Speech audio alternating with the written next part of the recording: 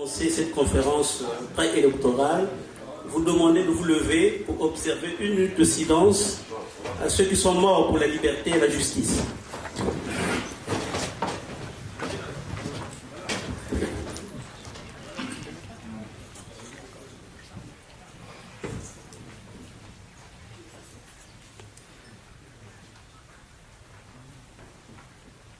Merci.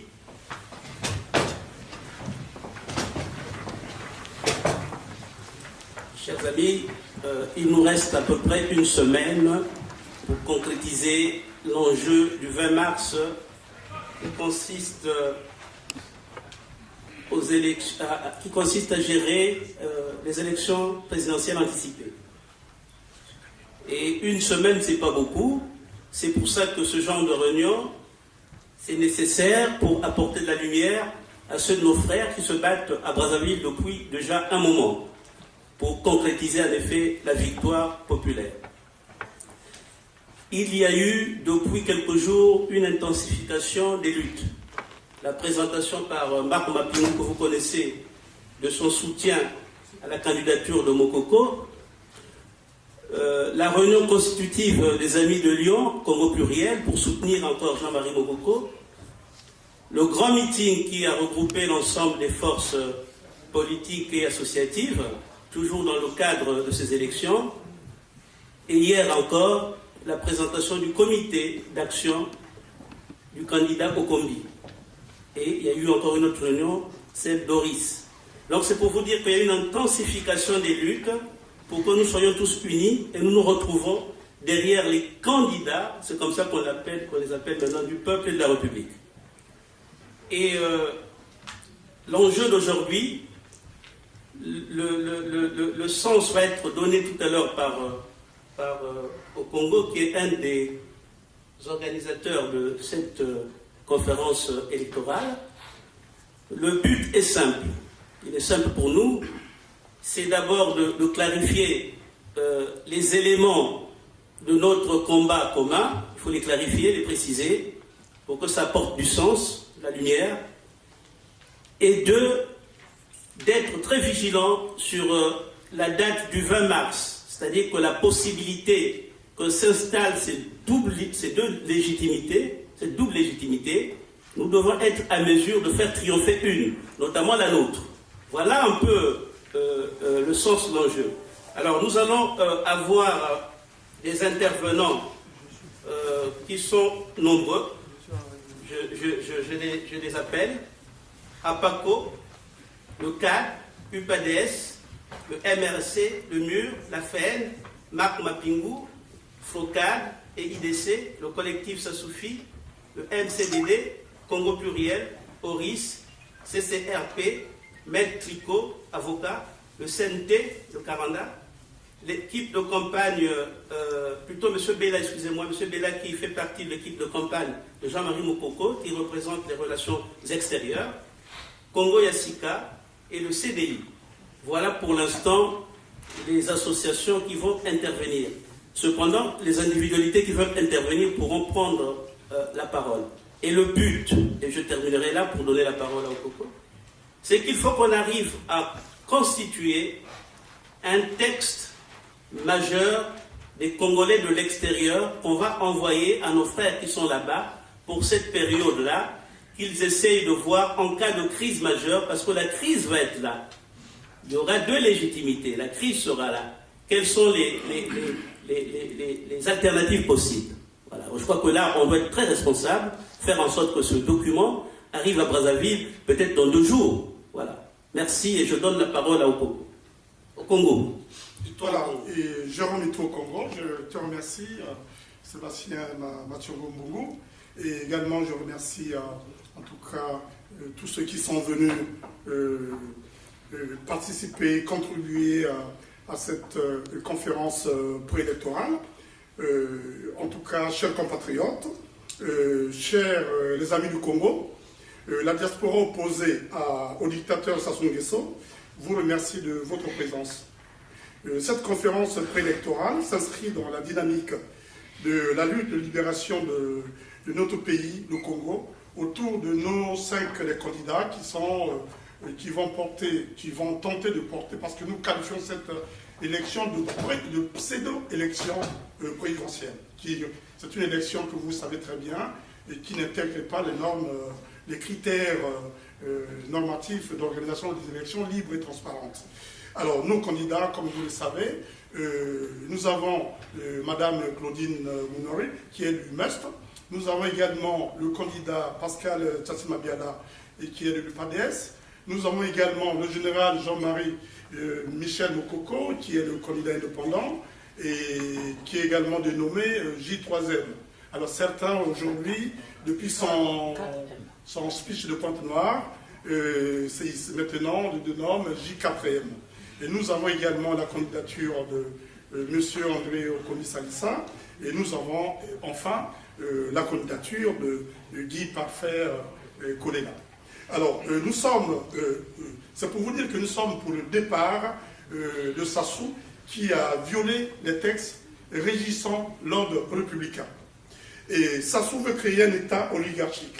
Or, il est majoritairement, depuis des années, quand il s'agit vraiment d'organiser une élection libre et transparente, savez-vous que Sassou, même dans sa propre région, dans la cuvette, il ne peut pas recueillir un nombre de voix conséquent pour prétendre gouverner le Congo. Alors, donc, je vous dirais également que ce peuple souverain qui rejette en bloc, depuis même la conférence nationale de 1991, qui est permis de mettre en place les institutions républicaines que vous connaissez, et depuis là, Sassou, il obtempère, il récidive, et là encore, il veut briguer un troisième mandat. Alors, cette conférence préélectorale, dans laquelle nous prenons place dans cet amphithéâtre, consiste à déterminer cet enjeu du 20 mars 2016. Et c'est aussi la continuité est-ce que nous, on doit se demander, est-ce que le 20 mars est la continuité de l'ordre ancien?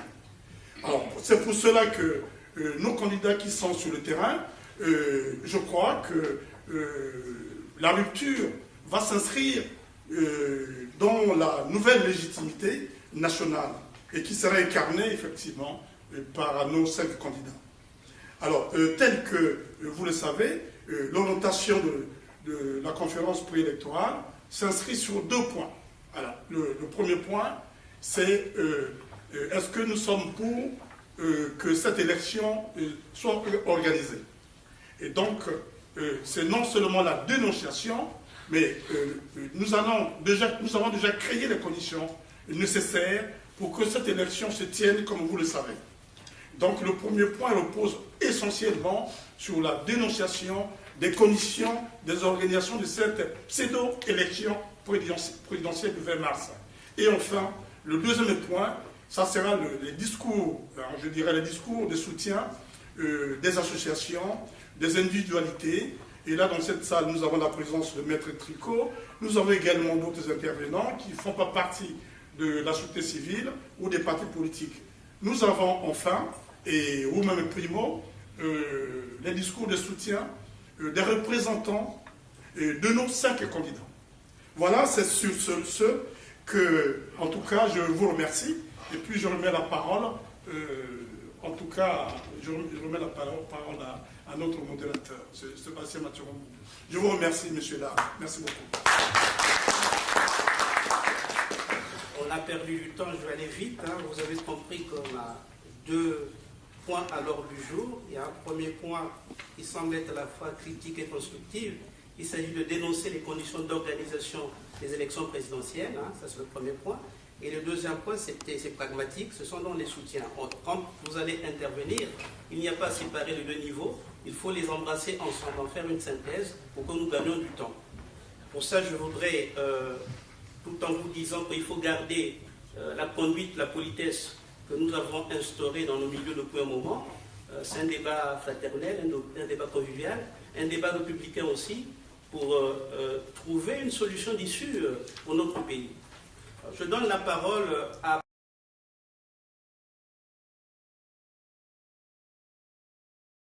Alors, donc je vais dire ici, nous avons un candidat indépendant Jean-Michel Mokoko, et nous sommes la Convention des démocrates indépendants. Nous n'avons pas attendu, très sincèrement, que Jean-Marie Mokoko soit au sommet de sa popularité pour annoncer sa candidature. Nous l'avons fait par les canaux de Zianatini. Donc, mettons ça de côté, nous sommes là pour travailler. Élection du 20 mars 2016. Nous avons demandé une correction du fichier électoral. Nous ne l'avons pas obtenu. Donc c'est déjà une faute pour Sassou. Nous avons demandé une commission nationale électorale indépendante. Elle est ni indépendante ni paritaire. Là, c'est une deuxième faute pour M. Sassou. Donc Sassou, longtemps que lui, il n'écoute pas le peuple. Et c'est dommage pour lui. Nous avons demandé le report de l'élection du 20 mars, sans succès. Ce n'est pas parce que nous sommes en situation de faiblesse, bien au contraire. Ça renforce, en tout cas, le nom populaire qu'a Jean-Marie Mokoko. On a vu qu'aujourd'hui, malgré des guéris, mais nous apportons l'espoir aux Congolais parce que nous voulons bâtir une démocratie saine, sans guéris, je veux dire. Donc, lorsque le programme, parce que nous sommes en phase avec le général Jean-Marie Mokoko, c'est quand il parle de pacte, nous avons parlé de l'Union nationale pour redresser ce pays, c'est-à-dire la transition. Le général Mokoko parle de pacte national, parce qu'il faut tout réparer. Nous l'avons dit aussi. Donc nous sommes en osmose avec le général, parce que demain, il faudra construire le Congo demain d'une autre manière. Et notre façon de faire la politique, je tiens à le dire ici, nous sommes tous les enfants d'une seule mère. Il n'est pas question ici ou demain qu'il y ait la chasse aux sorcières. Je pense que ça fait partie de ce que le général Mokoko défend. Donc je dirais en politique, il ne faut pas qu'il y ait des ennemis, nous sommes des contradicteurs. Même pas ennemis, nous sommes des contradicteurs, c'est dans la contradiction que j'ai la lumière.